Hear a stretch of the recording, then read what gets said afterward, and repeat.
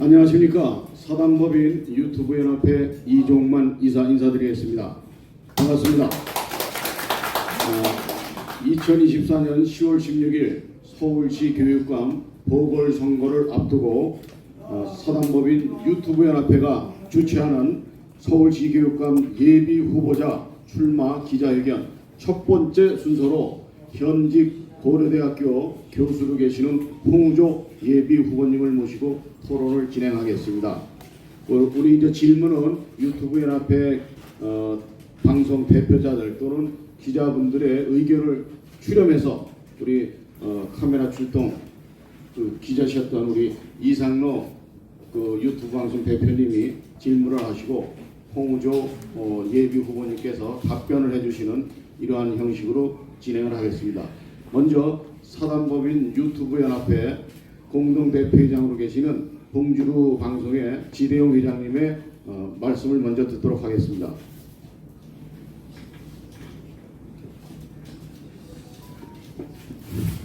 예, 반갑습니다. 그리고 오늘 우파 유튜브 후보 중에 한 분 홍우조 후보님 모시고 우리가 기자회견을 한 것을 감사드리겠습니다. 자, 다름이 아니고 우리 아스팔트 유튜브가 시작된 지가 지금 7년 넘었습니다. 그런데 참 어려운 환경이 있습니다. 거의 다 지금 폭파 다 됐어요. 한 300개 이상 폭파됐는데 제가 2016년 11월 19일 서울역 1차 우리 박근혜 대통령 하야반대 집회에 나왔다가 지금까지 거의 매일 나와서 방송하는데 3번 폭파됐습니다. 15만 구독자가 지금 겨우 400입니다. 천하의 봉주루가 그래서 지금 어려운 환경에서도 우리 참 유튜브들이 나와서 방송하는 걸 고맙게 생각하고 감사합니다. 자. 네, 오늘 예비 후보자 중에 첫 번째 순서 우리 홍우조 고려대학교 교육학과 교수님에 대한 양력을 잠시 말씀드리면 우리 이제 화면에 나와 있듯이 경북 문경에서 출생하셨습니다. 출생하시고 1961년생이니까 우리 나이로는 64세인데 정부에서 한 살을 깎아줘 가지고 63세로 표기가 되겠습니다.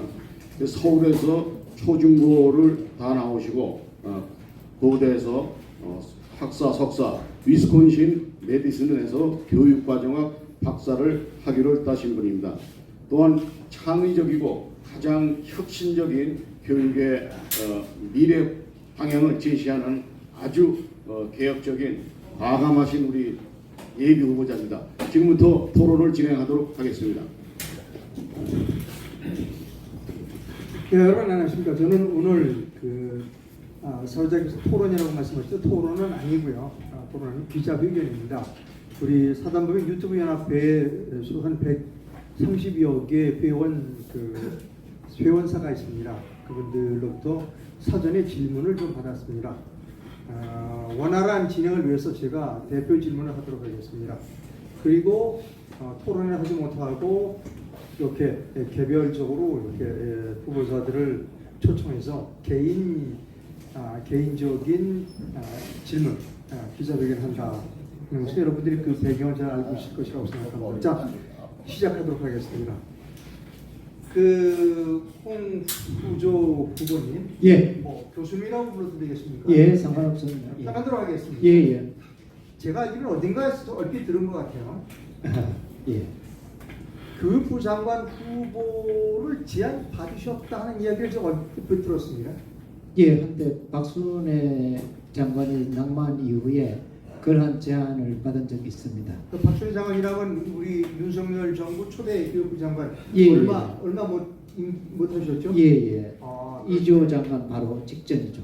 자, 본격적으로 시작하겠습니다. 지난 여번에 그 교육감 선거에서 우파 후보들이 단일화 일으키지 못했습니다. 그 결과 좌파 교육감들이 계속해서 당선됐고,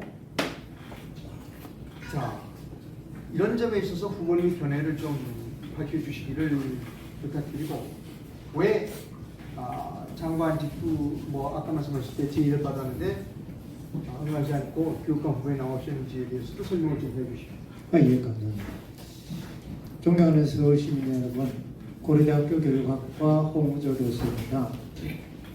저는 이제까지 그 우파 후보들의 단일화 과정을 보면서 제 자신 이번에 아주 깨끗하게 승복하기 위하여 사실 출마했습니다. 그래서 저는 명함밖에 새긴 게 없습니다. 다른 후보들은 보니까 뭐 캠프 조직도 꾸리고 사무실도 내고 비서를 차량에다가 또 뭐 변호사도 대동하고 이런 식으로 소위 말해서 초기 매몰 비용이 워낙 크니까 나중에 이분들이 정말로 끝까지 완주하는 그런 물러나기 어려운 그런 부분이 있고요. 또 하나는 미안합니다. 반칙이 참 심하더라고요. 제가 들어가 보니까 저는 페어플레이를 하려고 들어왔는데 앞에서는 막 박수 받을 말을 하고 뒤에 가서 정말 손가락질 받을 만한 그런 일을 쓰지 않더라고요. 지금도 우리가 그런 얘기를 서로 합니다만은 상대 후보들에 대한 얘기들이 많이 오가다 보니까 이 본선 리스크가 크지 않습니까? 그런 분들이 어떤 거는 학폭이라든가 폭행이라든가 폭언이라든가 또는 빚 채무라든가 또 건강이라든가 등등 이러한 것들을 본선 리스크를 안고 있으니까 저 후보가 나가도 되나? 라는 그러한 그 의문을 가지는 것 같습니다. 아무튼 우리는 결선 이번에 그 경선에 대한 승복을 해서 단일화로 반드시 해야 되고 거기에 제가 앞장서도록 하겠습니다. 본선에는 리스크 없는 깨끗한 후보가 뽑혀야 하는 이유라고 할 수 있습니다. 제 출마 동력 첫째로는 이제까지의 그 교육감, 특히 뭐 죄송합니다, 좌파라고 얘기하는 좌파 교육감들이 망쳐놓은 교육을 좀 바로잡아야겠다라는 것이 첫 번째고, 두 번째로는 우리 우파 후보들은 그럼 괜찮냐? 제가 보기에는 좌파에 대한 비판을 걷어내면 그 다음에는 정말 교육 본연에 무엇을 회복해야 될지에 대한 내용이 없어요. 그래서 저는 이러한 것을 교육의 질을 높여가기 위해서 출마했다 이렇게 말씀할 수 있겠습니다.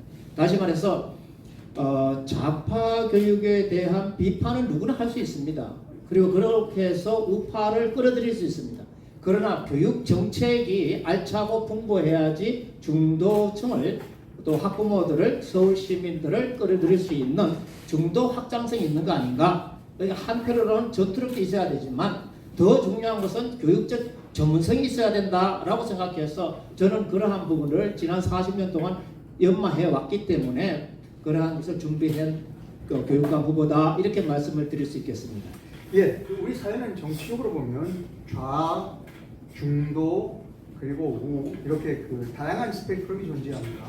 우리 홍 후보께서는 본인 스스로가 좌, 중, 우 어느 스펙트럼이 존재하는지 또 학생들에게 동성애 교육과 그다음에 학생 인권 조례에 대한 견해를 좀 말씀 주시면 이러한 본인의 이념과 신념이 당선 가능한 수준인가 라고 하는 것까지 말씀해 주시죠.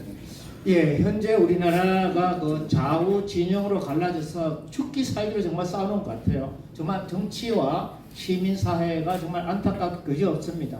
이러다가 정말 우리나라가 어떻게 되나 하는 우려들이 상당히 많습니다. 저는 교육이라는 것은 이러한 점에서 다시 말해서 정치로부터 좀 떨어져 있어야 된다 이렇게 생각합니다. 그래서 제 이번에 구호는 정치는 정치인, 교육은 교육 정책 전문가에게 맡겨야 한다. 저는 이렇게 봅니다. 그래야 미래 세대한테 우리가 새로운 기회를 열어줄 수도 있고 또 나라도 지속 발전 가능하다 이렇게 봅니다. 저의 그 입장을 말씀드린다면 저는 자유민주, 자유시장, 기본권 보장, 공평, 지속 가능한 발전, 복지 등의 가치를 추구하는 자유우파이고 친대한민국 애국 집단에 속한다 이렇게 말씀드릴 수 있습니다. 아까 동성애 말씀하셨는데 사실 동성애나 조기성애나 또 젠더 이런 것들은 개인과 사회를 병들게 하고 파괴하는 것입니다. 이를 두고 저희들은 뭐 교육학을 하기 때문에 유전이냐 환경이냐 이런 토론을 합니다. 토론하고 난데 꼭 제가 이제 마지막에 코멘트를 하죠. 이렇게 합니다. 보통 여러분 그 동성애에 대해서 뭐 이렇게 지지하는 학생들도 있고 그런데 젊을 때는 그럴 수는 있습니다만은 제가 보기에는 도덕윤리라는 것은 자기한테 가장 소중한 부모, 형제, 자매에게 적용됐으면 하는 것을 불특정 다수에게 학대 적용하는 겁니다. 여러분 혹시 동성애가 그리 좋다면 여러분의 부모, 형제, 자매에게 동성애를 권하고 그들이 바뀌어졌으면 그러면 서울시청 앞에 가서 엉덩이 까든 이렇게 할 수 있다고 봅니다. 저는 그렇게 얘기하면은 전에는 10년 전만 해도 학생들이 하고 수긍을 했어요. 근데 얼마 전부터는 학생들이 교수님 대자뷰 붙일 거예요? 대자보. 네. 그런 식으로 이틀막을 하는 거예요. 그래서 저는 이거 참 교육이 어떻게 이렇게 변했을까, 아이들이 왜 이렇게 사나워졌을까 이런 생각을 하고 있습니다. 그래서 저는 이러한 제가 교육적인 경험 같은 것들을 교육의 본질 회복을 염원하는 분들, 더구나 자유민주 옹호 핵심 세력이라 할 수 있는, 제가 보기엔 우리나라에 유일하게 남은 세력은 개신교 세력이 아닌가 어떨 때 그런 생각이 들더라고요. 그런 성도들을 비롯하는 친대한민국 세력들을 모두 저를 지지해 줄 것으로 저는 그렇게 봅니다. 그래서 교육 본질을 회복하기를 원하시는 분들, 그리고 진로권 교육을 바라는 분들, 수도 서울 교육이 나라와 세계를 선도하는 세계 인류 교육을 염원하는 분들의 염원을 안고 제가 출마했다, 이렇게 말씀을 드릴 수 있겠습니다. 학생 인권 조회에 대해서는 어떻게 생각하세요? 아니, 당연히 폐지해야죠. 그건 학생에도 나쁘고 선생님에도 나쁘고. 학교에서는요, 영어를 써서 죄송합니다만 no discipline, no disciple라는 말이 있습니다. 다시 말해서 훈육이 없으면 제자가 없다. 한마디로 그렇게 말씀하시겠습니다. 그런 점으로 우리는 할아버지가 손주를, 또는 아버지가 자녀를, 또 삼촌이나 이모 고모가 조카 진료를 가르치듯이, 어때 그렇게 가르칠 때는 좋게만 가르칠 수 없죠. 어때는 잘못하면 따끔하게 눈물이 쏙 빠지도록 할 때가 있어야 됩니다. 그렇기 때문에 훈육 없는 교육은 제자를 못 기른다, 저는 이렇게 봅니다. 자, 이제 교과서에 대해서 좀 여쭤보겠습니다. 예. 이제 우리가 초등학교 사회 교과서를 보면 예. 민중민주사관이 판을 치고 있다. 그렇죠. 라는 주장이 있습니다. 또 교사 선생님들도 예. 전교조 선생님들이 상당히 많이 그렇죠. 학교에 계신다. 예. 이에 대한 부분이 대책은 무엇인지 좀 말씀해 주시죠. 참으로 난감합니다. 저는 한 4, 5년 전부터 우리 저 뒤에 계십니다만 이메일 교수님이나 김병호 소장님 여러분들하고 또 역사학자 이런 분들하고 제가 두레수도원의 김준호 목사님의 도움을 받아서 계속해서 한 20여 차례 이런 이제 활동을 했어요. 그래서 우리나라 사회 또는 역사 교과서가 어떻게 되어 있는가를 사실을 살펴봤습니다. 제목을 좀 살펴볼게요. 예. 교과서에 나타난 역사 왜곡이라는 책을 쓰셨어요. 예. 교과서에 나타난 역사 왜곡이라는 또 책을. 이런 책도 있죠. 이 책은 제목이 이것은 대한민국 초등 사회 교과서가 될 수 없다. 예. 이것은 대한민국 초등 사회 교과서가 될 수 없다. 잠깐 설명해 주시죠. 왜 교과서가 될 수 없는지. 실제로 이런 책들을 보면은요, 기본적으로 민중사관학과 통일사관 등등 이러한 것들로 인해서 우리나라 역사가 실패한 역사로, 우리나라는 태어나지 말아야 될 나라인 것처럼 정말로 우리가 1945년에 제국주의에 의해서 그것이 이제 식민지가 다 이렇게 해방되면서 대부분 나라들 143개 대부분 나라들은 공산국가라든가 왕조국가로 또는 전체주의 독재국가로 다 걸로 해기했거든요. 그런데 우리나라는 아시다시피 이승만, 김성수 선생 등 건국의 아버지 어머니들께서 정말 좋은 선택하셔갖고 오늘날 우리가 5천 역사에서 최절정기로 저는 지나고 있다. 그분들에게 정말 감사한 일이다, 이렇게 생각하면서 이러한 입장에서 이 글을 썼고 또 같이 토론한 것입니다. 또 얼마 전에는 이 대한민국 사회교과서라는 대안적인 교과서를 같이 우리 대한교조에 정말 열심히 하는 선생님들이거든요. 대한교조라고 그분들하고 같이 썼죠. 그래서 대한민국 사회 교과서라는 그 교과서를 쓰신 겁니다. 예, 같이 썼습니다. 여러분하고 같이 쓰셨다. 예, 대안이 있어야 되니까 빗방만 할 수 없으니까. 그래서 그런 점에서 아주 이거 좋고, 앞으로도 저는 서울 시내에 아주 훌륭한 선생들이 많습니다. 그분들 잘 발굴을 해서 정말 우리나라의 사회 교과서가 지금처럼 교육과정 개정이자마다 초판만 나오고 다 그냥 버리거든요. 그런 게 아니라 좋은 교과서는 1판, 2판, 4판, 4판 해서 판수를 거듭해 가야 되거든요. 그런 교과서도 한번 써보고 싶고요. 무엇보다도 기본적으로 우리가 정치 시민 교육 그리고 사상이나 이념 교육에 있어서 지켜야 될 가장 최소한의 원칙이 있습니다. 그걸 독일에서는 보이텔스 바허 합의라고 합니다. 다시요. 보이텔스 바허 합의. 보이텔스 바허 합의인데 보이텔스 바허라는 도시에서 같이 좌파 우파들이 중도들이 다 모여서 합의한 내용이거든요. 아, 네. 그거는 제가 보다는 광노현 전 교육감도 그거를 참 말씀 많이 하셨어요. 네. 볼 때서 합의. 네. 제가 만약에 그걸 하게 되면 사회나 국사나 국어나 이런 선생님들한테 이 원칙을 지켜라. 다시 말해 첫째는 선생님들이 주입이나 세뇌하지 마라. 이 기본 1원칙입니다. 주입 세뇌하지 마라. 둘째는 사회나 학계에서 논쟁적인 것은 수업에서도 논쟁을 붙여봐라. 예. 그 다음에 예를 들어서 김구는 통일 세력이고 이승만은 분당 세력인가? 최근 그렇게 써놨단 말이에요. 네. 과연 그런가요? 이제 그런 것을 토론하라는 거죠. 그리고 이제 세 번째로는 학생들의 관심이나 흥미를 보고 그들을 존중해서 그들이 정치적 그런 행동이랄까 그런 것들을 보양시킬 수 있는 그 원칙, 이러한 세 가지 원칙으로 되어 있거든요. 이러한 것들을 교육감이 되면은 선생님들한테 잘 설명해서 앞으로 우리나라 교육이 세뇌라든가 주입이 안 되도록, 그래서 그냥 뭐 무조건 죄송합니다 이런 말 써서 개딸이 되지 않도록 그렇게 노력하겠습니다. 근데 말씀 그렇게 하시지만 실질적으로 현장에서 선생님들이 이거 교과서예요. 학생들한테 이게 교과서입니다. 교과서 이렇게 있어요라고 정규 선생님들이 교육을 시킬 거예요. 저항이 만만치 않을 텐데. 글쎄요, 제가 보기에는 저는 그렇게 봅니다. 이게 계속해서 교실에서는 물론 학생 눈높이에 맞춰서 잘 가르쳐야지만 교육 정책이라는 것, 이거는 학부모 눈높이거든요. 학부모들은요, 심지어 자기가 전국 주석파라 하더라도 자기 자녀는 어디다 유학 보냅니까? 미국이나 자유우방국가에 다 유학 보내잖아요. 다시 말해서 그게 자기 자녀에게 장래에 도움이 된다는 얘기거든요. 그러면 우리는 거기에 맞춰서 교육을 해야 되지, 앞에서는 전국 주석파 얘기를 하고 뒤로는 자기 자녀는 빼돌려갖고 거기다가 미국에다 유학시키고 이런 모순적인 일을 하면 안 되잖아요. 그죠? 그런 점에서 학부모 눈높이에 맞게 이러한 교육도 이루어져야 된다. 그렇게 말씀드리고 싶습니다. 예, 다음으로 넘어가겠습니다. 예. 우리 홍 후보님, 홍 교수님의 교육 정책 공약이 살펴보니까 100개가 넘어요. 101개 정도 되는데 이런 내용이 있습니다. 수도 서울 교육을 세계 으뜸 교육으로, 그것은 5 최만족 교육. 5 앞에 5자는 아라비아 숫자 5입니다. 5 최만족 교육이라고 말합니다. 아라비아 숫자 5가 들어가는 5 최만족 교육은 예. 무슨 뜻입니까?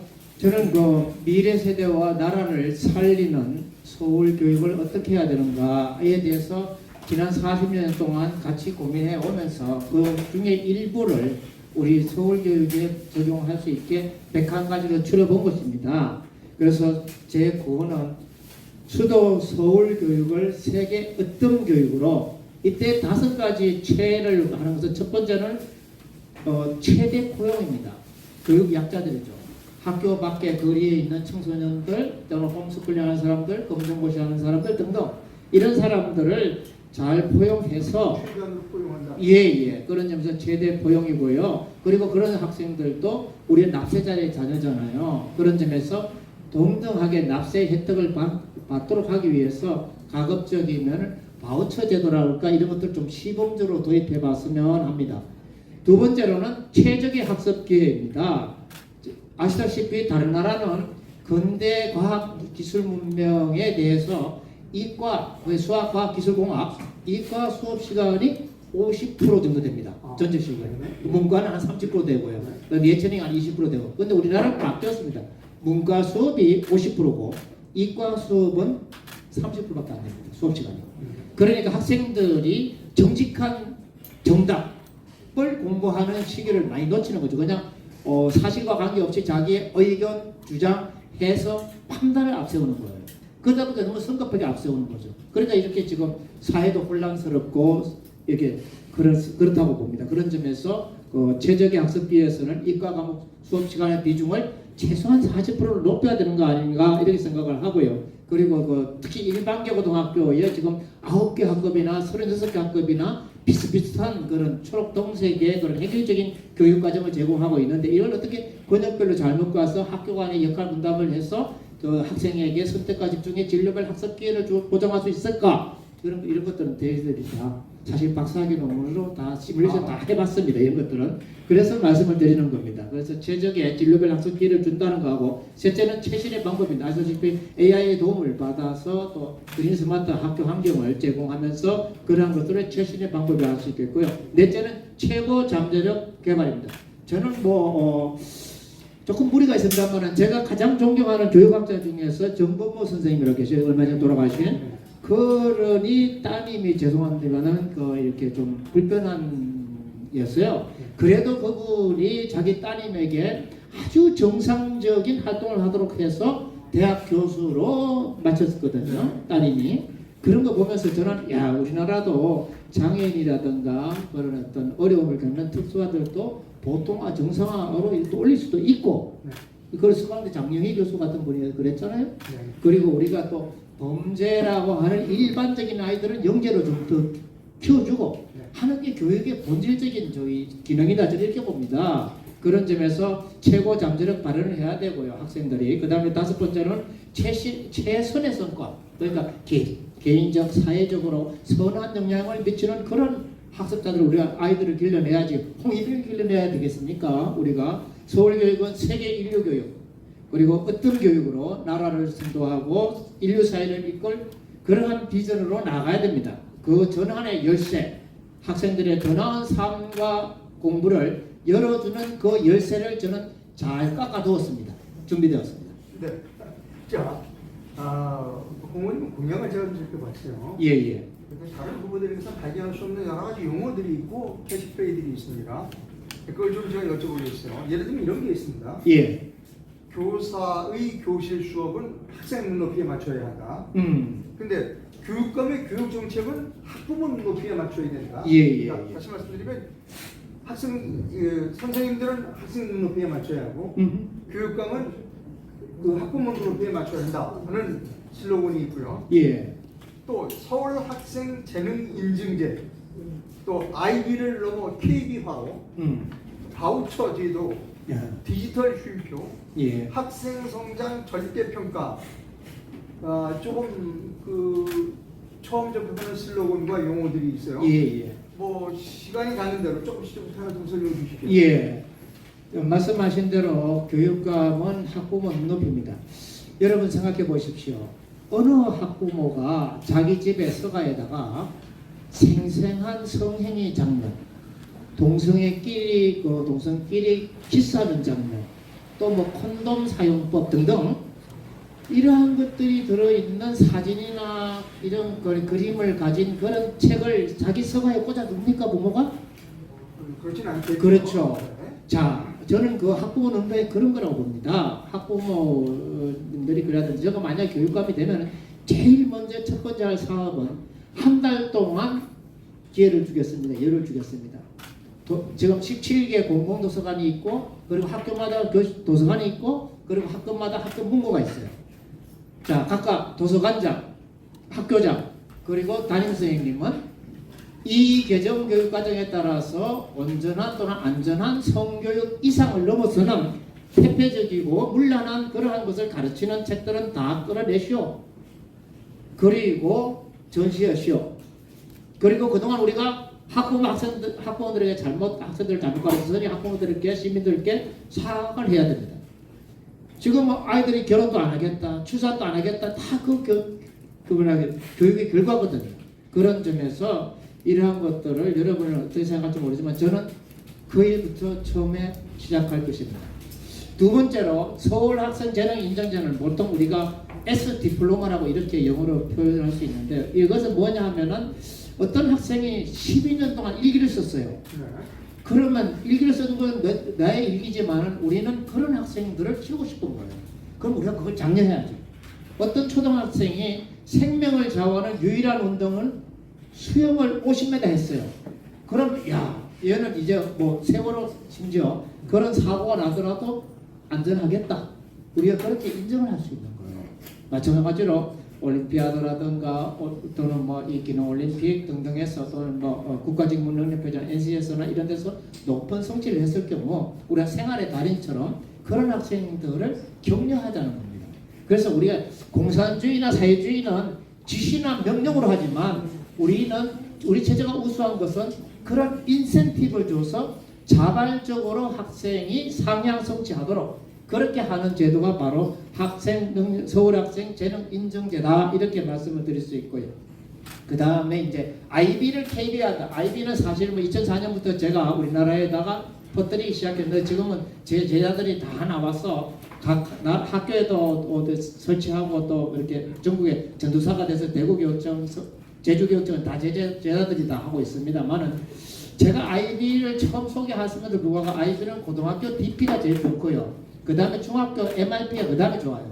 초등학교 PYP는 사실 품질이 많이 떨어집니다. 그래서 말씀이 죄송한데 아이디가 뭐예요? 인터내셔널 바ccalaurea라고 그래갖고 세계적으로 죄송합니다.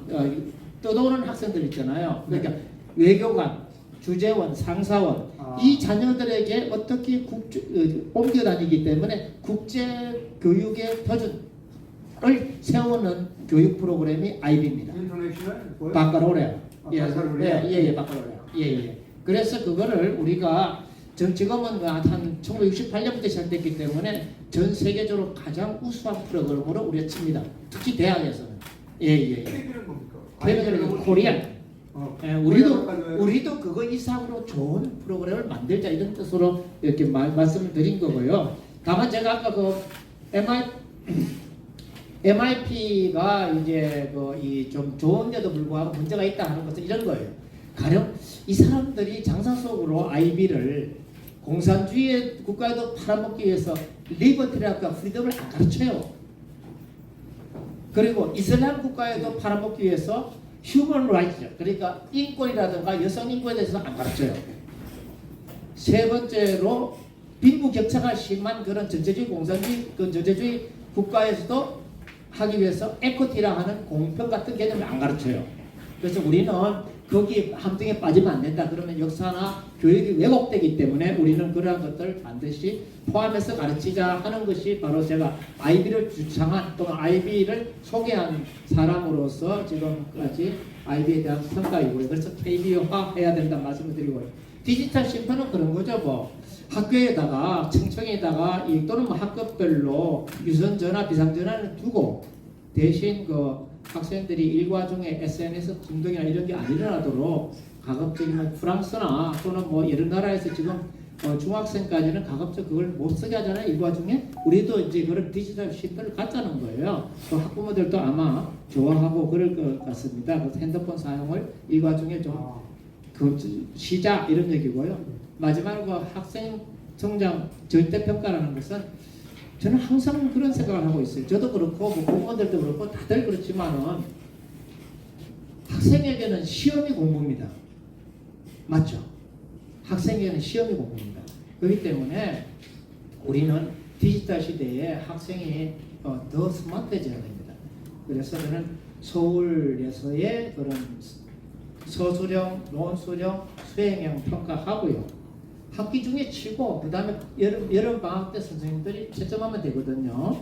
그렇게 또 전국 단위에도 그런 시험을 치고 또 국제 학력 비교 평가에서 그렇게 쳐서 지금은 서울이요 또는 우리나라가 아프리카 국가를 포함해서 상위권에 있다 이렇게 아주 이렇게 두루뭉실하게 넘어갑니다.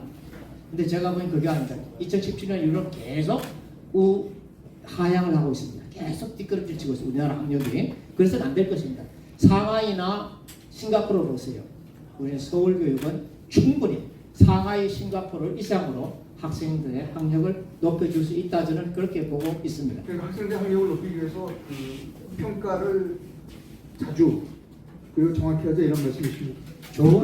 좋은 고품질의 서술형 평가. 예를 들어서 초등학교 1학년 같으면 단어를 받아쓰기 하잖아요. 네. 그 다음에 이제 한 문장으로 답을 하잖아요. 네. 그 다음에 한 문단으로 답하고 그 다음에 서론, 본론, 결론으로 답하고 그 다음에는 기성정 결로 답한단 말입니다. 네. 이러한 식으로 학교 그저 올라가면서 우리가 그 학생들에게 그러한 능력, 사고 능력이라든가 이러한 것들을 길러줘야 됩니다. 비판적 사고 능력, 창의적 사고 능력 그걸 기르기 위해서 학생 성장 자꾸 잘한다는 거죠. 성장 절대 평가를 하자는 거예요. 그냥 자기 임의 평가가 아니라 선생님들의 임의 평가. IB가 아까 좋은 점이랄까, IB가 우수해진 것은 자기가 낸 시험 문제라든가 자기가 한 채점이 전 세계적으로 다 공개돼요. 그래서 정말 시험을 너무 쉽게 냈을 경우는 그 시험에서 받은 학생들은 다 깎여요. 그런데 너무 엄격하게 하게 되면은 또 학생들이 손해 보잖아요. 그거는 손해를 감수해야 돼요. 그렇기 때문에 IB가 전 세계로 좋아진 것은 전 세계적으로 공개했기 때문에 채점이라는 출제를 그런 식으로 우리도 그렇게 갈 수 있다 이렇게 말씀을 드리는 겁니다.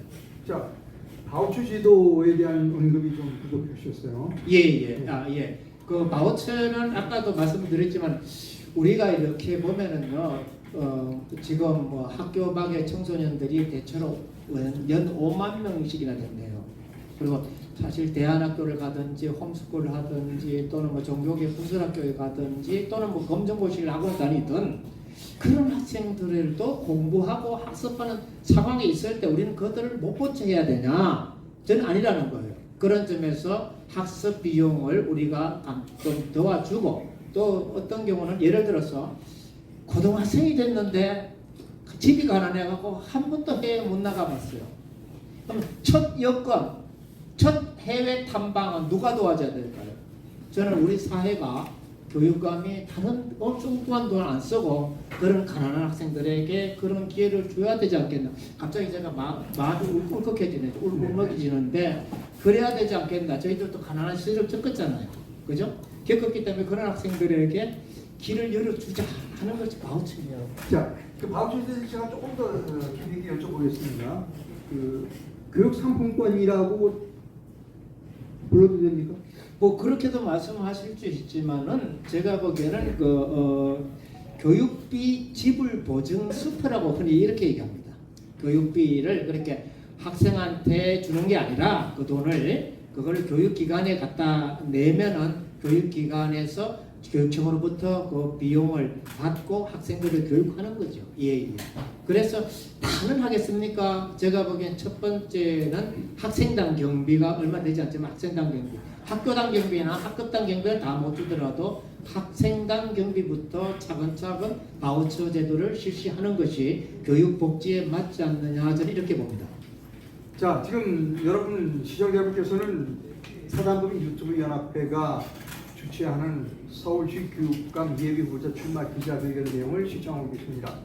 네, 홍후조 예비 후보님에 대한 질문을 계속해서 이어나가도록 합니다. 여기 지금 블로에 대한민국의 애국 독립 저널리스트들은 다 모신 것 같습니다.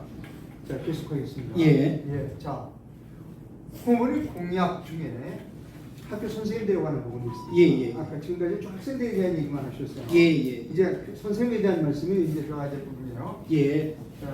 무수하고 여기가 있는 선생님, 또 교직원, 공무직을 경력했다. 네. 무슨 뜻입니까? 뭐 다 이렇게 각각 교원들, 그다음에 행정직원들, 공무직에 다 일일이 말씀을 드려야겠지만 우선 교사에 대해서 말씀드려요. 교사 중에서도 저는 교단에서 직접 학생을 가르치는 선생님들에 대해서 말씀을 드리고 싶습니다. 제가 교육학을 공부하면서 헛소리를 안 하기 위해서 호공에 뜬구름 잡는 얘기를 안 하기 위해서 젊을 때 산업체 부설학교라는 아주 열악한 환경에 여고에서 신의여고라고 여고에서 2년간 교무부장 교사를 했어요. 그때 이제 교감선도 안 계셨기 때문에 제가 교감을 대리했는데 그때 제가 선생님한테 부탁을 했어요. 한 손으로는 교과 수업 지도하시고 다른 한 손으로는 학생생활 진로 지도를 하십시오. 다른 모든 외부에서 오는 공문이나 지시 같은 건 제가 다 받아내겠습니다. 라고 하면서 선생님한테 본업 충실을 하십시오. 라고 제가 주문을 했습니다. 작물을 없애드리겠습니다. 그렇습니다. 그래서 그럼 작문 누가 했냐? 제가 처리했죠. 매일 똑같은 학교 이름이 뭐냐, 주소가 어떻게 되냐, 학급이 몇 단고 학생이 몇 명이냐 하는 건 똑같은 얘기잖아요. 전설했더니 다 집어넣었어요.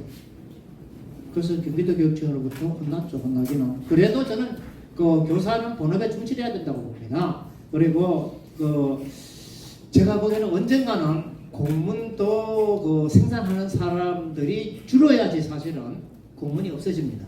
공문을 생산하는 사람들이 학교 밖에 얼마나 많습니까?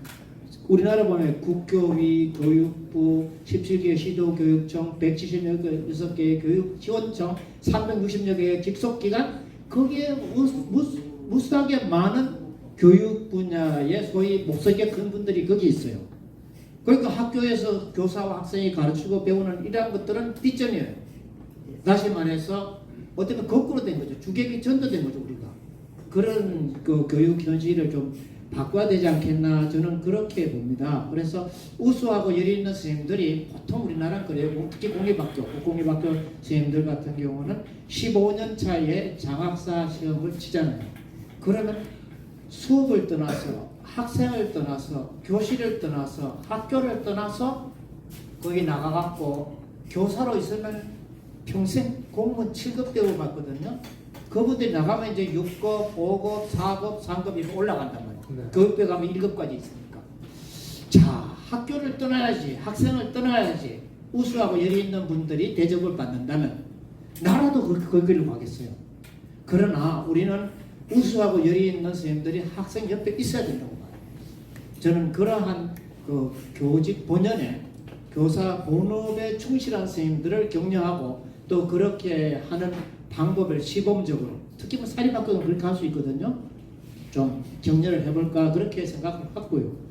또 한 가지는 지금 교장 공모제라고 있어요. 그게 공모제. 예, 맞아. 맞습니다. 교사를 교사를 끌어올려 갖고 이렇게 예. 벼락으로 이렇게 그 출세한다는 표현이 네. 있는데 교장을 맡기는데 아니 교감을 안 붙이다 보니까 마치 소대장 하다가 저기 뭐랄까 연대장 이상 또는 뭐 그보다도 사단장을 하는 거죠 보면. 이래서야 되겠습니까? 그러니까 무엇이 어려운지를 모르고 제대로 학교 업무가 어떤지 모르고 교감도 안 붙이는 학교에서 교감 보통 악역이라고 하거든요. 네.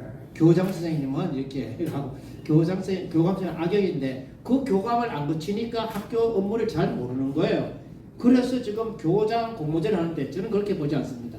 교사로부터 교감을 공모하고 교감들 중에서 교장을 공모하고 이게 합리적이고 좋은 거잖아요. 그래서 저는 교감 공모제도 한번 도입해서 이렇게 차근차근 선생님들이 그러면서 또 어떻게 보면 점수 따는 대로가 아니라 좀 정말 잘 가르치는 분들, 아이들을 잘 가르치고 또 선생님들 간의 융화를 잘 하시는 그런 분들을 격려해서 그런 분들로 하여금 교감이 되게 하고 나중에 교장이 되게 하는 그러한 것도 한번 해보면 좋겠다 이렇게 제안을 드리는 겁니다. 예, 여러 번 말씀하신 것을 제가 기억을 하는데요. 부모님께서 교과안에 진로 지도를 처음 제창하여 교과서가 고쳐지는 등 내가 많은 성과를 이뤘다고 말씀하신 일이 있어요. 무슨 내용입니까? 예, 우리나라에서 사실은 교육의 최종 그러니까 모든 학습자의 공식적 최종 교육은 직업 준비 교육입니다. 그 사람이 중학교를 나왔던 그다음에 고등학교를 나와서 사회에 나가든 대학 또는 대학원을 나와서 사회에 나가든 최종 교육은 직업 준비 교육이거든요. 그 직업 준비 교육을 하는 데서 제일 중요한 게 내가 사회에 나가면 첫 직업이 뭔가를 생각하고 그 첫 직업에 준비하는 과정이 있어야 되는 거예요. 근데 지금 우리나라에는 중학교 나와서 사회에 나가는 학생, 또 일반계에 나가서 사회에 나가는 학생, 그런 학생들은 사회에 나가면 얼마 못 버텨요. 왜? 직업 기술이 없기 때문에. 그래서 저는 그 학생들에게 진로를 중학교 3학년까지는 잠정적으로 잘 이렇게 결정을 하고 첫 직업에 대한 결정을 하고 그리고 독일 같은 데 초등학교 4학년 때부터 한다고 그랬죠? 네, 너무 빠르고 그거는요. 그렇기 때문에 우리가 그렇게 하고 중학교 3학년까지 늦어도 하게 하고 그리고 그 학생들에게 진로 지도뿐만 아니라 직업 기술 교육을 잘 가르치고 심지어 중학교 나와서 거리를 헤매는 학생들도 와라 너 졸업장 아직 안 준다 우리는 네가 직업 기술을 3달이라도 받아라 그래야지 네가 반사회적인 직업에 족복이 되거나 반사회적인 직업을 종사하지 않는다. 직업 기술 교육이야말로 삶에 있어서 그 사람에게 있어 가장 큰 무기거든요. 만약 직업 기술 교육 없이 학교를 나간다는 것은 마치 공중에서 낙하산 없이 뛰어내리는 거랑 똑같은 거거든요. 그렇기 때문에 학교에서는 직업 기술 교육을 분명히 가르쳐서 학생들이 사회에 나가서 경제적으로 자립하도록 도와주는 일이 교육에서는 매우 중요하다 저는 이렇게 생각하고 있습니다.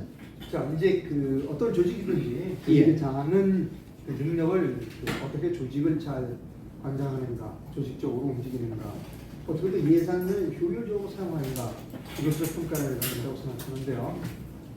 서울시 교육 책임을 맡게 된다면 예. 예산 사용을 어떻게 배분하실 것인가에 대한 부분을 좀 설명해 주십시오. 혹시 뭐 자료를 준비할 수 있으면 자료를 설명해 주시면 감사하겠습니다. 예. 전체적으로 아시다시피 서울시가 1년에 11조 1,605억 원입니다. 엄청난 예산이죠. 그 중에 대체로 뭐 68%는 임금입니다. 임금. 그리고 학교 운영비가 약 1조 정도 되고요. 그만큼 안 되지만 1조 가까이 되고요. 그리고 또 이렇게 교수학습 비용이 또 그 정도 되고요.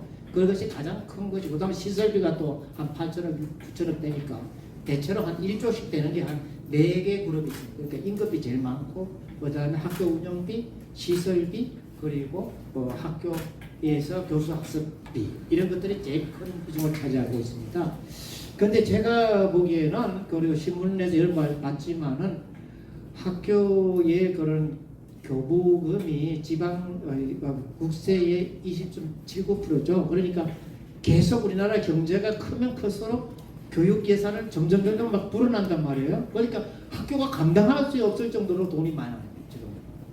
그런데 아까 제가 보기에는 그런 학생들, 고등학교 때까지 여건 한번 못 만들어 본 학생들, 이런 또 이렇게 학교를 잠시 떠났다고 해서 그 학생들이 학습 기회를 못 얻는 학생들, 이런 것에 대해서 저는 다시 한번 보고 초점을 맞추고 선심성 예산, 예를 들어서 뭐 패드를 준다든가 뭐 이렇게 해서 아이들한테 오히려 SNS 중독을 불러일으키든가 이런 것보다는 선심성 예산을 삭감하거나 아니면 아예 삭제하거나 해서 가급적이면 본업에 충실하는 그러한 교수 학습 지원에 초점을 맞추고 또 저소득층의 그 자녀들의 학습비를 지원하는데 우선권을 두려고 그렇게 생각하고 있습니다.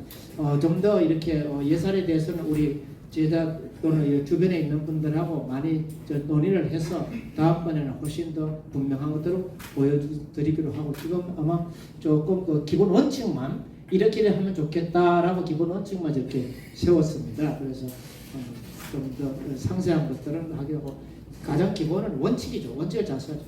선심성 예산 삭감하거나 삭제한다. 기본입니다. 예산이 남는다면 중앙정부로 그 예산을 반납할 수도 있다. 그게보다는 저는 지금은 교부금 자체를 거기서 불용 예산이라 하더라도 웬만큼 자꾸 쓰게 돼 있어요. 그러니까 아니면 빚을 갚거나. 네. 예. 그런 점에서 제가 보기에는 또 뭐 반납 이런 거는 없는 줄 알고 있습니다. 그래서 그 지방의 그런 교육청이나 이런 데에서 갖고 있는 채무를 갚는다든가 또 이런 일에도 쓰고 그런 줄 알고 있습니다. 예. 자, 아까 모두에도 말씀을 주셨습니다만, 예. 본인은 다른 사람에 비해서 뭐 부서수에 오른다든가 리스크가 있지 않다 이렇게 말씀을 하셨어요. 사람들은 다 약점이 있지 않겠습니까? 예. 본인의 혹시 약점을 포함해서 지금까지 말씀 주시지 않은 부분 내용을 좀 설명해 주십시오. 글쎄요, 저는 약점 없는 약간 이 사람이 없죠. 그렇죠. 사실 들여다볼수록 네. 자기 자신의 부족함을 많이 느끼죠. 제 같은 경우는 내 주제에 고려대학교 교육학과 교수가 해도 가분한데 뭘 이런 생각을 또 해봅니다. 그리고 또 동료들도 지금 이제 정년 얼마 안 남았는데 편하게 살지 뭘 그렇게 가시밭길에 들어가려고 하느냐 이런 말도 듭니다. 그러나 저는 이제 수년 전만 하더라도 제자들이 많이 있었고 그래갖고 그 제자들에게 도움을 주기 위해서 나는 아직은 교직을 또는 연구실을 떠날 때가 아니다 이렇게 생각을 했는데, 워낙 요즘 교육 환경이 이렇게 악화되다 보니까 구원투수로도 나야겠다 이런 마음으로 지금 섰고, 그래서 제 약점은 아무래도 연구실에서 저보다 이상적인 연구 개발을 너무 많이 했다는 거. 네. 그게 연구를 너무 많이 하셨다. 그게 약점이라고 할 수 있습니다. 왜냐하면 제 저서나 논문이나 또는 특히 우리 제자들과의 거의 같이 쓰다시피 한 연구 논문 이런 것들은 정말로 우리 분야에서는 상당히 주옥 같은 것들이 상당히 많습니다. 제 자랑이 아니라 제자 자랑입니다. 연구를 실무에 한번 실제 적용을 해서 그래서 저희들은 제가 공부하는 것도 교육과정 분야에서 교육과정 기준 개발입니다. 그래서 상당히 현장 지향적입니다. 그래서 페이퍼를 쓰면 그게 팔러시가 되고 팔러시가 다시 프로그램으로 구체화될 수 있도록 그렇게 공부한 것이 제 학문적인 여정이었지 않나 그렇게 봅니다. 혹시 뭐 중고등학교 수업 시간에 예, 그 교실을 방문해 보신 일이 있으십니까? 제가 사실은 그 재능 차원에서 네. 학교에 가서 그러한 그 특강 같은 걸 좀 합니다. 네. 그래서 학교에서 그 학생들의 그 행태라든가 행동이라든가 자세라든가 태도 이런 걸 자주 보죠. 그리고 저 제자들이 다 학교 선생님입니다. 대부분 박사과정, 석사과정 제자들이요.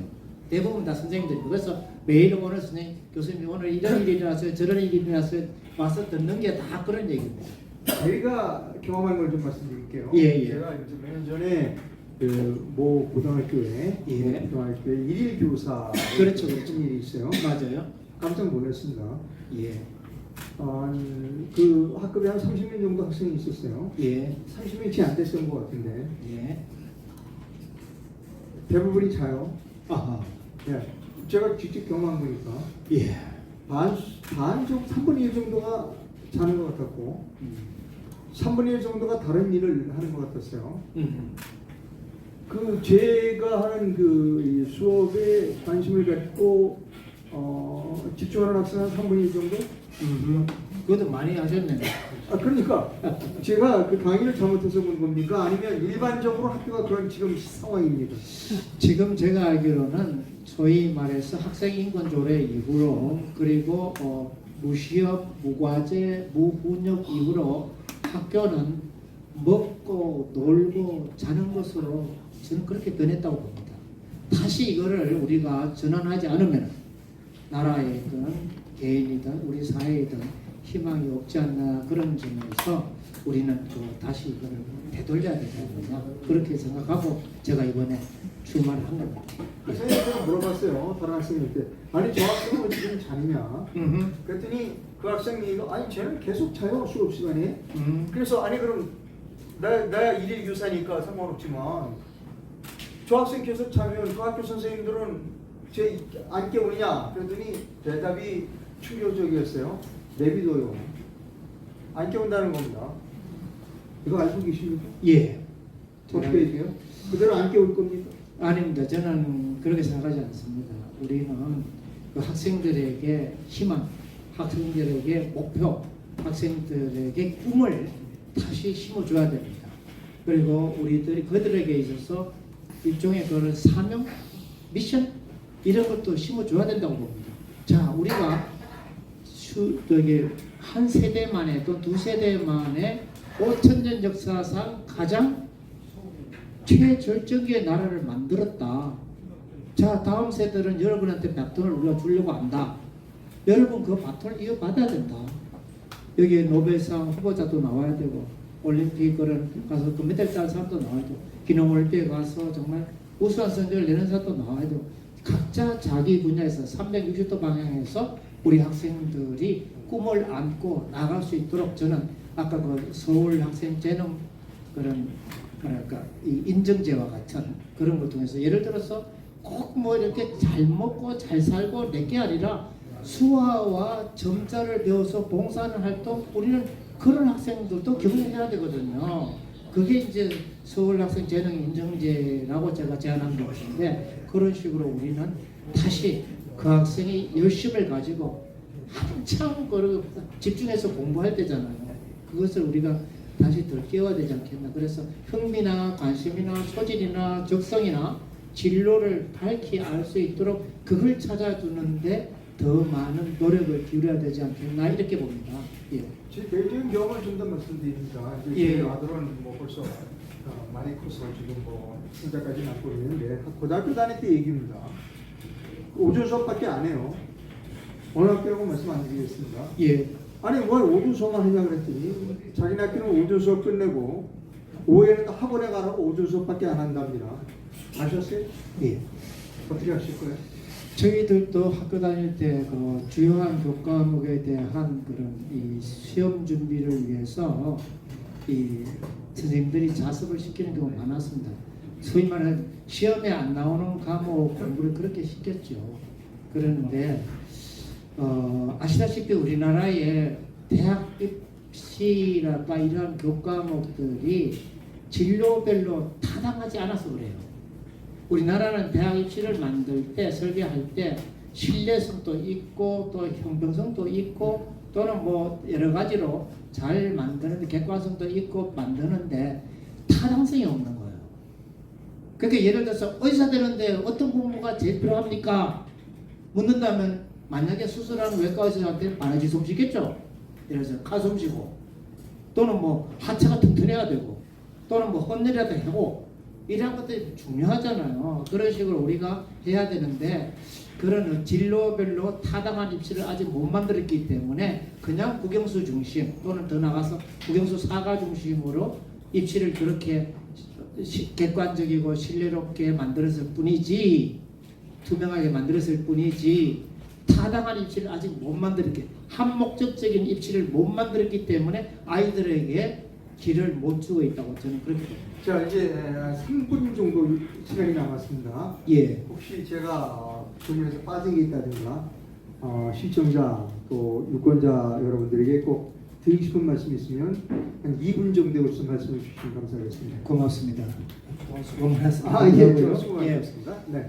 예, 존경하는 서울 시민 여러분 그리고 학부모 여러분, 우리 그런 정말 현장에서 애쓰시는 우리 선생님 그리고 행정직원님 그리고 공무직 선생님들 정말로 노고가 많으십니다. 여러분들의 노고가 우리의 젊은 학생들 다음 세대들에게는 빛이 되고 그들에게 토대가 될 것입니다. 그런 점에서 감사를 드리고요. 저는 곧 이제 할아버지가 되지만 저는 사랑 가득한 할아버지로서 또 정성어린 교육자로서 또 실력 있는 교육 전문가로서 서울 교육을 나라와 세계를 선도하는 어떤 교육으로 나가도록 하는데 제 신명을 다 바쳐 일할 것을 약속드립니다. 자, 찾아보십시오. 13명이 출마했습니다. 거기에는 정치가도 있고요. 거기에는 그냥 떠내기 같은 사람도 있고요. 누가 교육 전문가고 누가 교육에서 현장에서 잡뼈가 굵고 누가 교육을 이렇게 바꿔보겠다 하는 비전을 갖고 있습니까? 찾아보십시오. 어디에서 우리의 수도 서울 교육의 희망의 빛을 찾아가겠습니까? 두 눈을 크게 뜨고 찾아봐 주십시오. 원광석에서 보물을 찾으십니까? 진흙에서 진주를 찾으십니까? 예, 그러시더만 부디 제 홍후조 후보가 서울시 교육감으로 봉사할 수 있는 기회를 주십시오. 안심하고 아이를 학교에 맡기시겠습니까? 실력 있는 아이로 키우고 싶습니까?